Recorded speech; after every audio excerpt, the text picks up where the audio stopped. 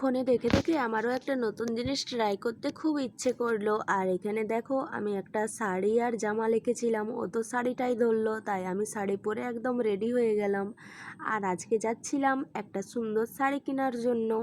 তো বাড়ির সবাই রাগাচ্ছে যে শাড়ি কিনতে যাচ্ছি শাড়ি পরে।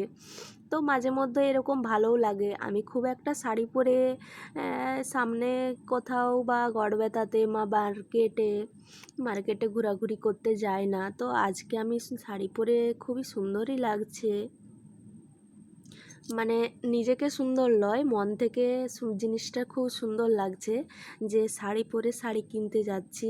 আর ওকে ওখানে ডেকে নিলাম। আর ও তো সামনে কোথাও গেলে একদম গেঞ্জি ছাড়া কিছু পরতেও চায় না। আর আমাদের ড্রেসটাও দেখো অনেকটা ওর গেঞ্জির সাথে ম্যাচিং হয়ে গেছে। তো আমাদের দুজনকে কেমন লাগছে সবাই কমেন্ট করে জানাও। টাটা, সবাই ভালো থাকবেন।